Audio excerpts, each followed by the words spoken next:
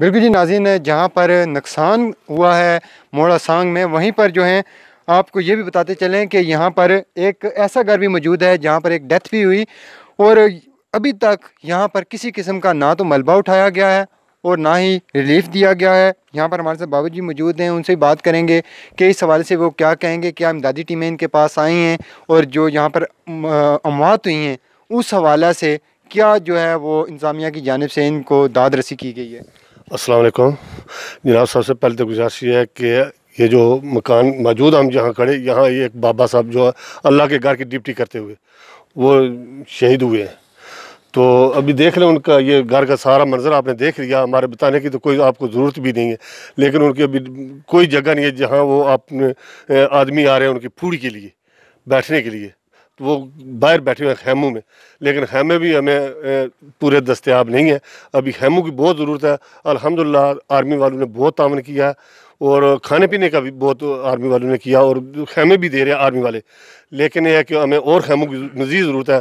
हुकूमत से अपील है कि हमारे लिए बारिश मौसम की वजह से हम लोग बहुत परेशान हैं, लिहाजा आप हुकूमत से रिक्वेस्ट हमारी कि हमारे सर छपाने के लिए हमें कुछ मैसर किया जाए। बात ये एक बात है कि वहाँ पर हमने देखा कि यहाँ पर काफ़ी कैंप्स लगे हुए हैं मेन रोड के ऊपर, वहाँ से खाना वगैरह भी उन्होंने वहाँ पर तैयार किया जा रहा है। क्या वहाँ से खाना वो आपको प्रोवाइड यहाँ पर करते हैं या यहाँ से आपको वहाँ पर जाना पड़ता है लेने के लिए?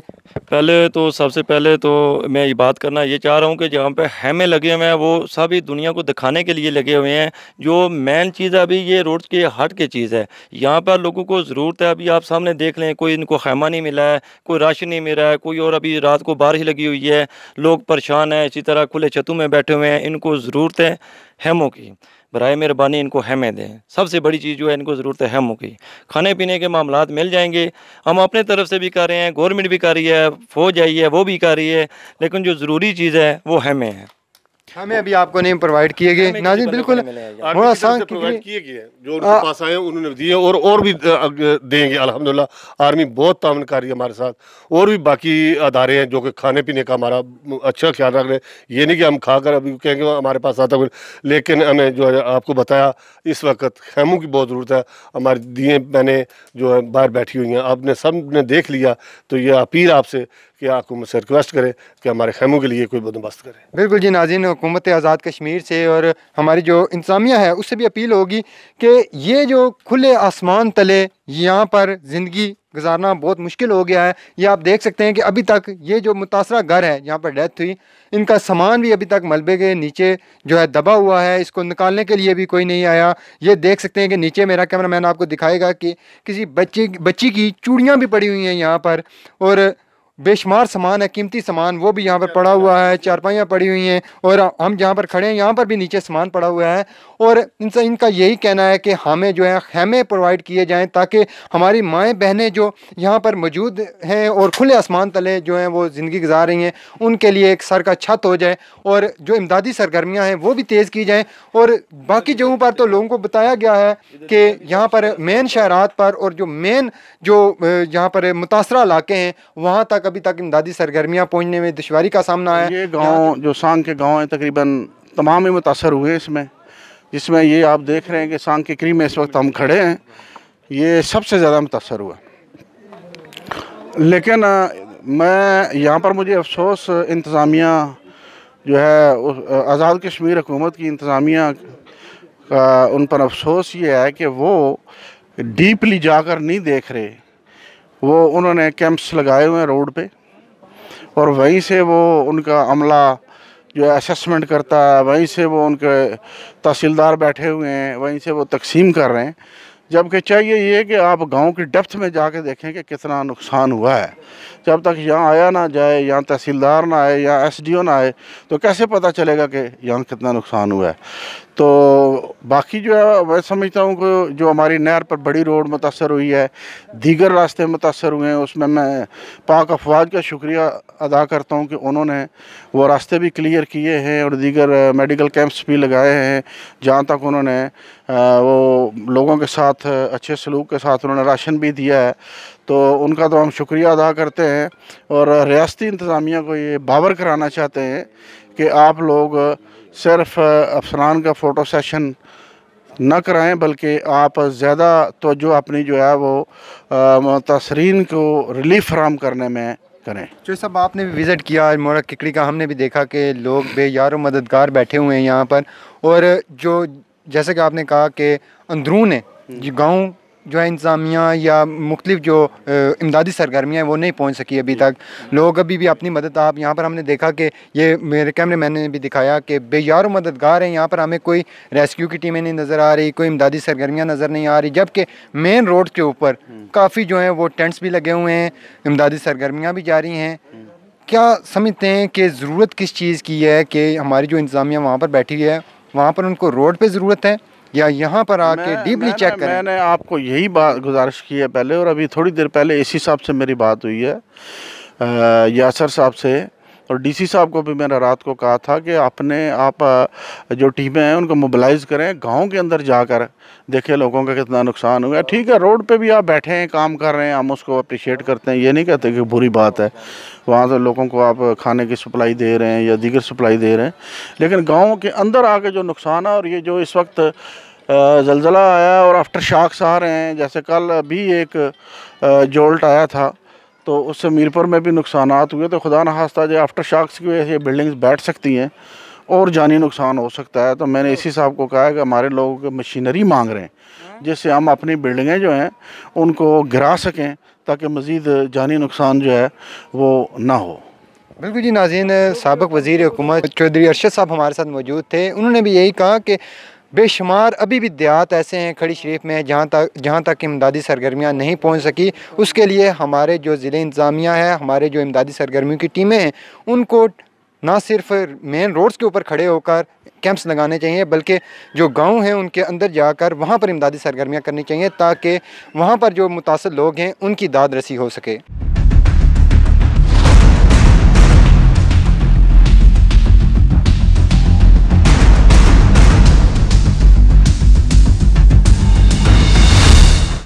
मेरी बीवी और मेरे 3 बच्चे और 1 बच्ची इस कमरे में बैठे थे, पढ़ रहे थे।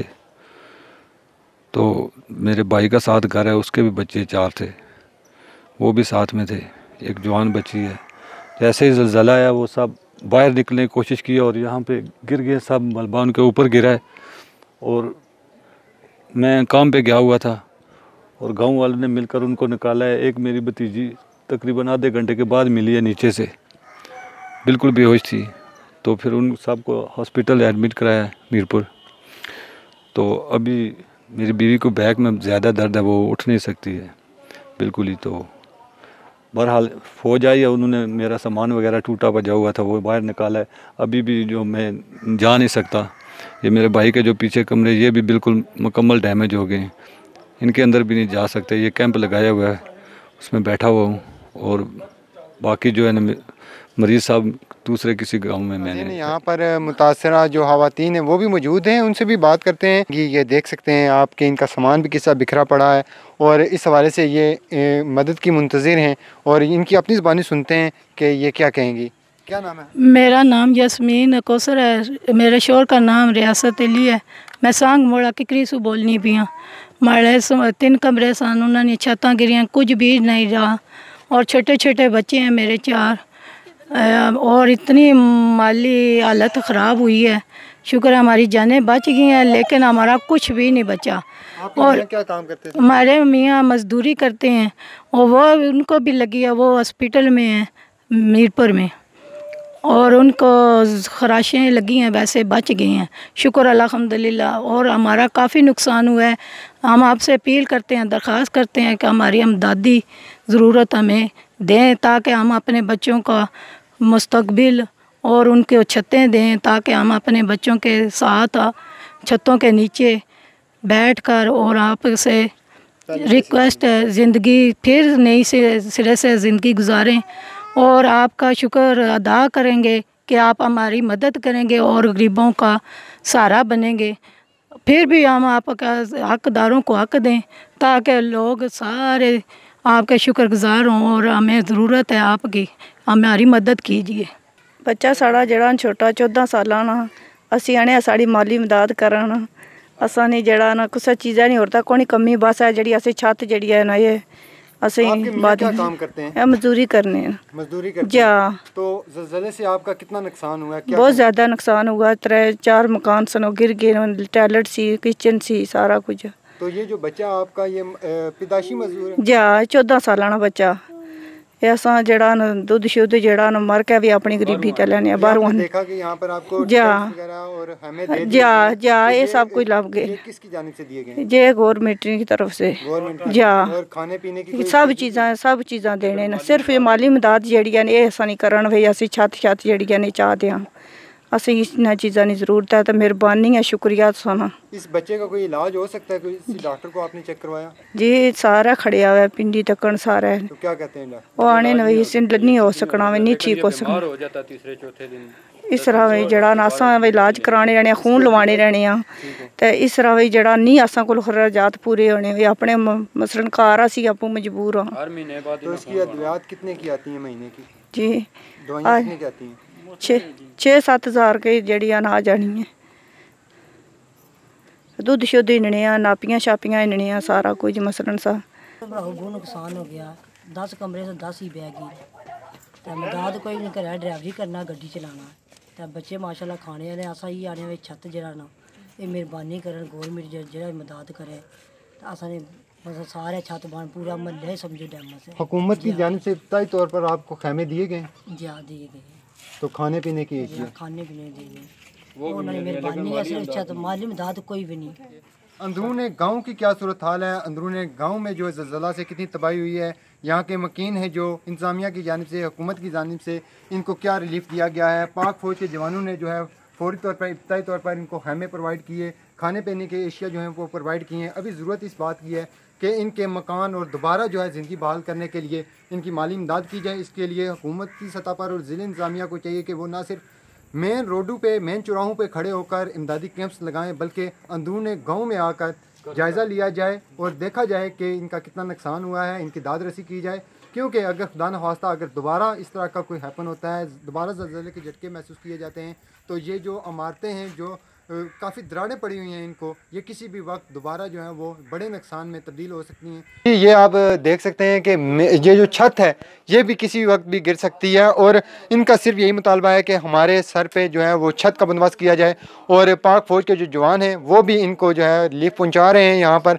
लेकिन तमाम जितनी भी फैसिलिटीज़ दी जा रही हैं वो मेन सड़कों पे मेन चौराहों पर दी जा रही हैं। अंदरून गाँव अभी तक जो कोई यहाँ पर ना तो फैसिलिटी दी गई है ना ही सहूलियात फराहम की जाई हैं और सांग मोड़ा किकरी के मकाम पर जो है ये जो तबाहाल मनाजर हैं जो वो हम आपको दिखा रहे हैं। क्योंकि जो पहले हमने आपको मनाजर दिखाए जो आपने 4 दिन कबल भी जो अदालत न्यूज़ पे आपने रिपोर्ट्स देखी उसमें तमाम जो रिपोर्ट्स हैं वो मेन शहरात पर मेन जो जहाँ पर इमदादी सरगर्मियाँ जारी हैं वो हैं। और आज हम सांग मोड़ा किकरी के मकाम पर आए हैं जहाँ पर अंदरून गाँव जो तबाहाल मनाजर आपने देखे।